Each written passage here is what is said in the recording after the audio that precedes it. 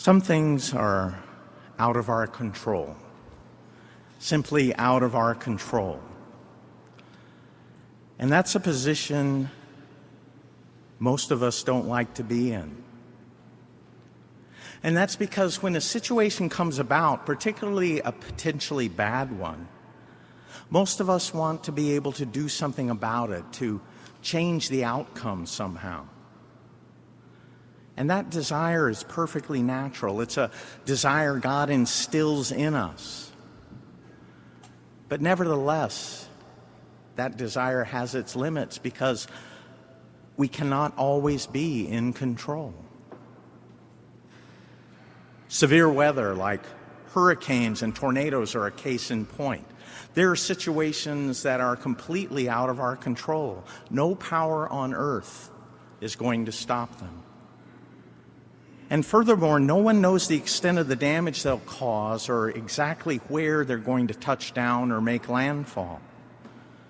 The best we can do in such cases is simply prepare as best we can and then help in the aftermath. And natural disasters like this cause us to reflect on what we can do when things are out of our control. Because this doesn't just happen during natural disasters, of course, but also in more ordinary aspects of life. It may be a difficult family situation, a job loss, a serious illness, accident, or tragedy. It might include providing long-term care for an elderly family member or feeling helpless as a wayward child, sister, brother, or other relative can't be dissuaded from going down a path that will bring them nothing but pain. What can we do? Let me give you the bottom line up front and then follow that up with some explanation.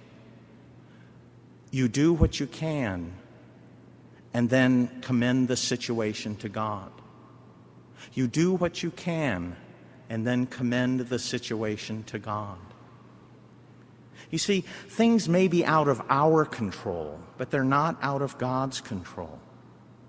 We may indeed have a limited ability to influence an outcome, but with faith, hope, and charity, we do what we can and then commend the rest to God. And what we can do may be much more than you think. I'll expand on that in a minute, but let's take as an example of doing what we can from a story out of Texas that occurred during a hurricane, Hurricane Harvey in 2017.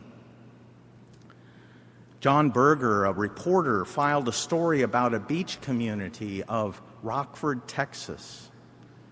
Now, Rockford is a city of about 10,000 people, and it took a direct hit from Harvey, resulting in catastrophic damage. It took 2 full days for emergency services to reach one of the storm shelters in Rockford. Until then, Rockford was on its own.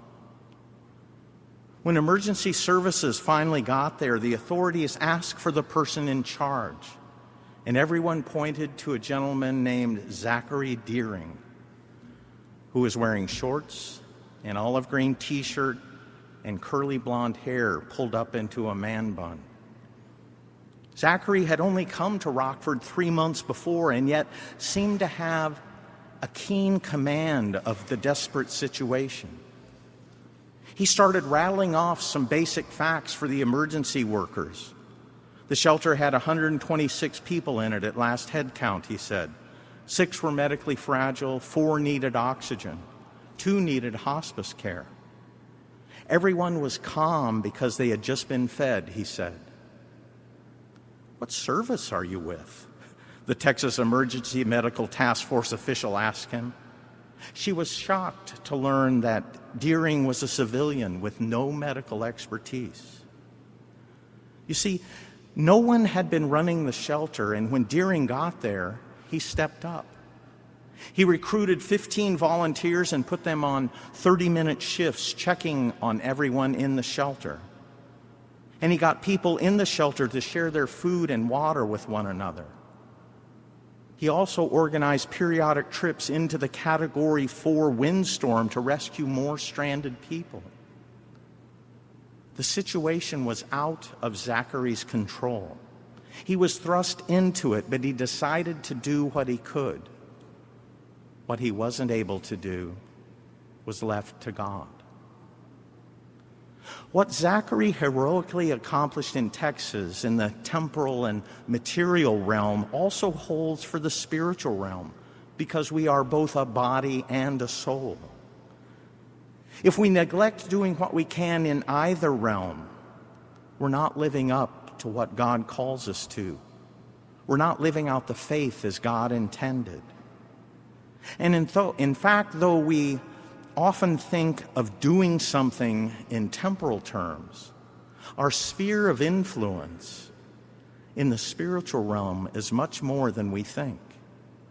For God, in the economy of grace, has entrusted us with an incredible power and responsibility. But so often we don't use it. Why not? Sometimes the reason is we want to see the outcomes we want, when we want, and in the way we want. And when it doesn't happen that way, we get discouraged or angry or think all our efforts were for nothing. We want it to be like a vending machine. If we put in our money, we expect the product to be dispensed. But while this is an appropriate expectation for a vending machine, it's completely inappropriate and even blasphemous to expect our interaction with Almighty God is nothing more than a business transaction. The economy of grace God has set up does not work like a vending machine. So what is this great power we have in the spiritual realm, in the economy of grace? It is the power, as St. Paul puts it, to make up for what is lacking in the suffering of Christ. It is the power through prayer and good works to contribute to the inexhaustible treasury of graces that God has entrusted to the church militant, the church suffering, and the church triumphant.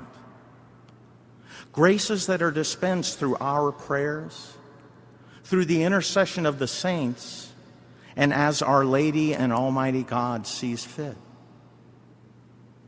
That's the key difference in the economy of grace compared to temporal economies. In faith, hope, and love, we give up any claim we might have on how the graces we may merit are applied. They may be used to release souls from purgatory, or perhaps to move the heart of someone to help their neighbor. They may provide strength for an exhausted mother to get through one more day. Only God Himself knows the extent to which the graces we merit will be used for those we love, or perhaps for those we'll only meet in eternity.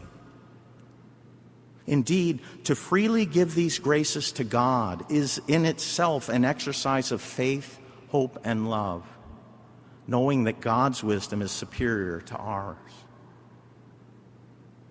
You see, God has conferred the dignity on us to be able to contribute to this treasury of graces, a treasury to which He Himself already provides an infinite and inexhaustible source of grace.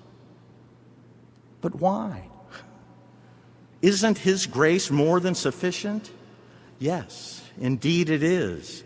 But in this way, He allows us to participate in the divinity of Christ. In this way, we become more human than we would be otherwise.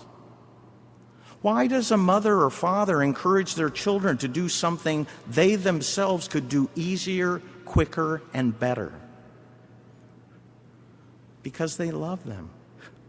Because they know that only in this way will their children mature, learn, and become who God intended them to be. But as they grow in ability and in power, so too does the responsibility to use that power for good. so too with us. We have a responsibility to perform corporal and spiritual works of mercy, to the responsibility to practice and perfect the cardinal and theological virtues so that the power of God's grace can be manifest to a fallen world, to provide comfort and consolation, to offer up the graces that flow from our suffering to the church's treasury of grace. In this way, we draw unbelievers to his church and encourage our fellow believers. In this way, we ourselves are changed into another Christ. We must do what we can in both the spiritual and the material realm. It's a divine imperative, a both and, not an either or. There are no private virtues. However small, every good we do, every exercise of virtue results in grace. When we have the consolation of seeing the fruits of that grace, let us give thanks to God. When we do not, let us also give thanks to God. For in faith, hope, and love, we can be sure that God, in his wisdom, has used them where they're needed the most.